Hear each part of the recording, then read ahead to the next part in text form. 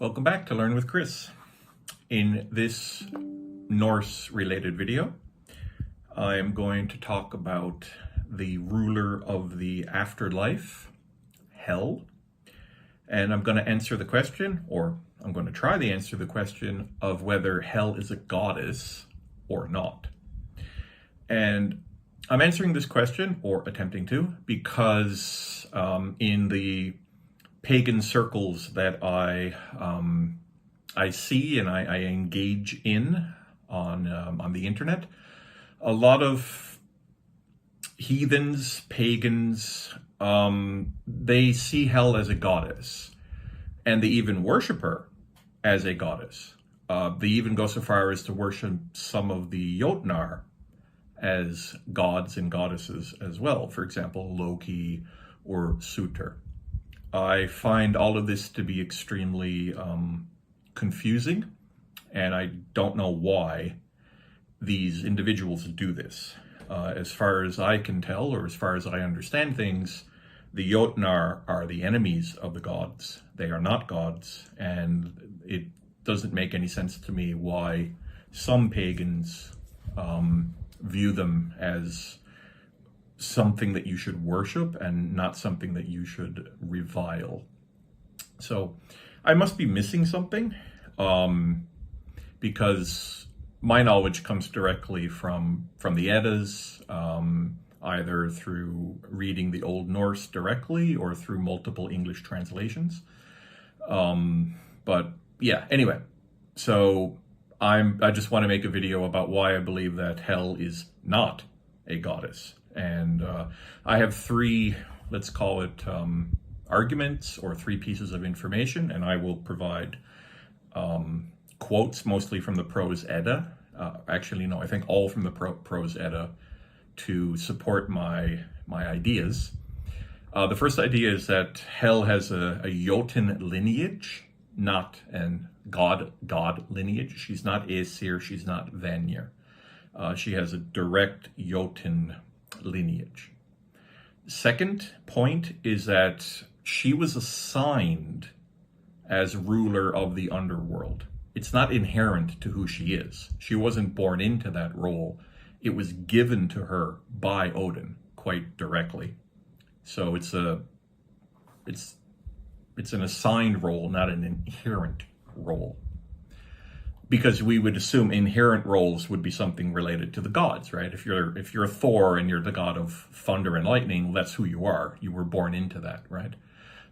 She wasn't. She was chosen for that role. Third point would be about the absence of worship of her, as well as no stories about her. As we read through the Eddas, there's nothing about her as a goddess. Like the other goddesses are going on adventures and love stories and fighting and all of the kinds of stuff that you would get from all of the stories. She's not in any of that. So she's not acting like a goddess and doing what gods do at all. And there's no historical evidence of cults of Hel either. So she wasn't worshipped as a goddess as well. And the last point I'll look at is her appearance, how she looks. She's monstrous, but her appearance also gives her role as a ruler of death. And again, that contradicts or goes against the standard roles of Aesir and Vanir gods as gods of fertility, creation, and life. She's quite opposite to that. Okay.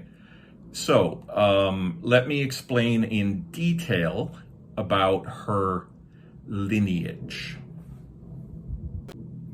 So first off, Hel's parents. Hel's father is Loki, and her mother is either, in English we might say Angerboda, or in Norse I think the pronunciation is Angerbotha. So this is going to be from chapter 33 of Glyfaginning, and I will attempt to read the Norse. So, or Nifinder Loki Etha Lothar Sonar Forbota Jotuns Mother Hans Heter Laufi Etha Noll. So this is talking about Loki. So he is named Loki or Lopter. There's two names for Loki. Son of Farboti or Forboti, the Jotun, the giant, right? So Loki's father is a Jotun, a giant. Mother was named Laufey or Nold. Now, I don't know. I think Laufey, his mother, Loki's mother, was also a giantess, a Jotun, but I'm not entirely sure about that. But ultimately, it doesn't matter because lineages were based on the father. So if Loki's father was a Jotun, then Loki is a Jotun. It kind of doesn't matter what his mother was. And I think she was a Jotun. I haven't found any evidence that she wasn't, but she was married. And again, even if, because when you marry into the husband's line, you become that. So even if she was an Aesir or a Vanir, when she married a Jotun, she became Jotun. So it doesn't matter if she was Aesir or Vanir to begin with. So that's about Loki, Hel's father. And now about Angerbotha. And this is from Gylfaginning chapter 34. In Auti Loki, how do I say that? Fleri, born Angerbotha het giger I Jotunheimum, with henny got Loki through, born it waren Fenris Ulfur anot Jormungandr thought Mythgarth Somer Thrithja Hel. So this is about Angerbotha and Loki having their children. So born is children. It looks like, you might think it's the English word born, but it's not. Barn is child in Old Norse. Born is plural, so children. So yet more children had Loki. So Angerbotha, they use the word Giger. Giger means female Jotun or female giant. I Jotunheimum from Jotunheim. So Angerbotha was a giantess from Jotunheim. Gat, same as the English word, gat, right? So a father gats child or begats. So in modern word, we would use father, right? So with her, he fathered. So with her, Loki fathered three, right? Born 3 children. And then they named them, right?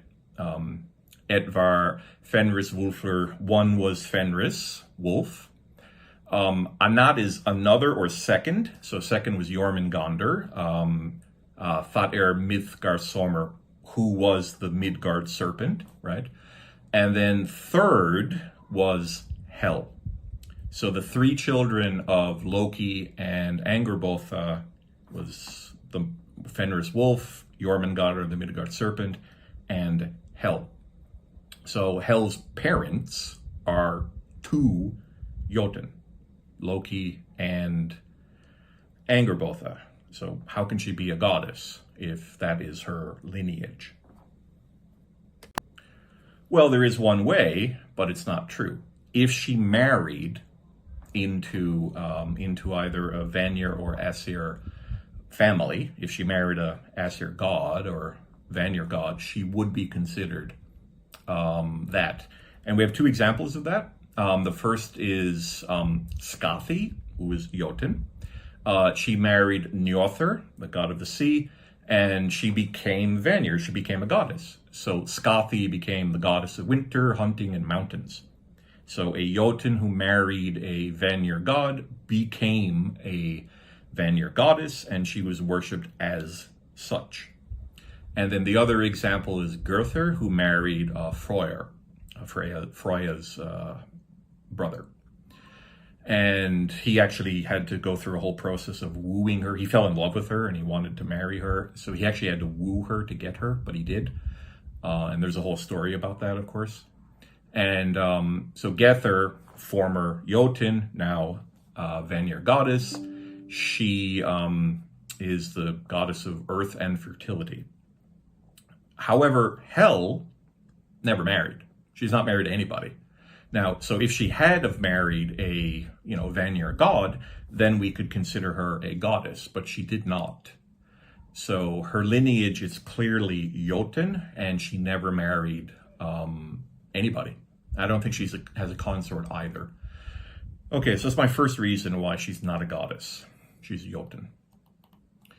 My second reason is that her role as the ruler of Niflheim, ruler of Hell, was given to her by Odin. It's not an inherent part of who she is. She wasn't born into that. She was given that role. So from Gylfaginning 34, so basically after we talk about the three children of Loki and Angerbotha, basically the gods learn about them, and then Odin sends, the Aesir learns about these three children. Odin sends the gods to basically get them and bring them to him for judgment. First thing that he does, this is in Gylfaginning 34, if you want to read it for yourself. Odin casts Jormungandr into the sea. So he just gets rid of him right away, puts him in the sea. Of course, Jormungandr comes back at Ragnarok, of course. And Fenris wolf, gets chained up, of course, until he breaks his chains, and that starts Ragnarok. Quite famously, of course, in order to put the chain around, he wouldn't agree to being chained up unless one of the gods put their hand in his mouth, and Tyr did that, of course, and that's why Tyr is the one-handed god, because Fenris bit off his hand once he realized that he was chained and couldn't break free. So, all right, so that's what happened to Jormungandr and what happened to Fenris Wolf. What happened to Hel? Well, I got the Norse here, and let's read it. Hel kastathi han I Niflheim och gav henne valt ifyr nu heimum, att hon skildi skipta olum vistum meth them, till henner voru sender, en that sot doth their men och Eli doth there. So what this means is he cast Hel into Niflheim, he being Odin, and gave her authority. That's Vald is authority over 9 worlds, Neo Haemum, 9 worlds, 9 realms, so that she should distribute all provisions to those who were sent to her. So she was responsible for all the people who would come to her. And it says all the 9 worlds, which of course implies that it's not just humans when they die to go to Niflheim, but it would also be gods, Jotun, Jotnar, because Balder goes to Hell after he dies, of course, quite famously, and we would assume dwarves and elves and anything else would also be under her governance as the ruler of Niflheim. And the last thing they say here is quite important. Dothter is death or die. So Sot is sick, and Eli is old, I think, or old age. So basically, men who are sent to her who die of sickness or old age. And this, of course, is key. This is a key point, of course, because in the concept of the Valkyries, the choosers of the slain, if you die in battle, then your immortal soul could be chosen by the Valkyrie, I guess if you're good enough, and you would either go to Valhall with Odin, or you would go to Volkgangr, or I think that's how you say it, which of course is Freya's realm. So the Valkyries chose 50-50, right? So half of the souls who died in battle would go to Odin, and the other half would go to Freya. But if you died of sickness, if you died of old age, and we assume any other reason, accident or something like that, then you go to hell. You go to Niflheim, and you are under the authority of Hel, the child of Loki. So, key point, her role as ruler or governor of the underworld was assigned by Odin, not what she is. It's not an inherent role as goddesses or gods have inherent roles. It was given to her. Why did Odin do that? No idea. I have no idea, but he did. Okay. Our third point is the absence of worship or stories about her. There's no historical evidence, there's no archaeology, there's no cult of Hel that I know about anyway. So there's no actual, I don't think there's any holy symbols or amulets or necklaces or anything showing that people worshipped Hel as a goddess. I don't think, if I'm wrong about this, please let me know in the notes, in the comments, but I don't think so. I haven't seen it, I haven't heard it. As far as I know, it doesn't exist.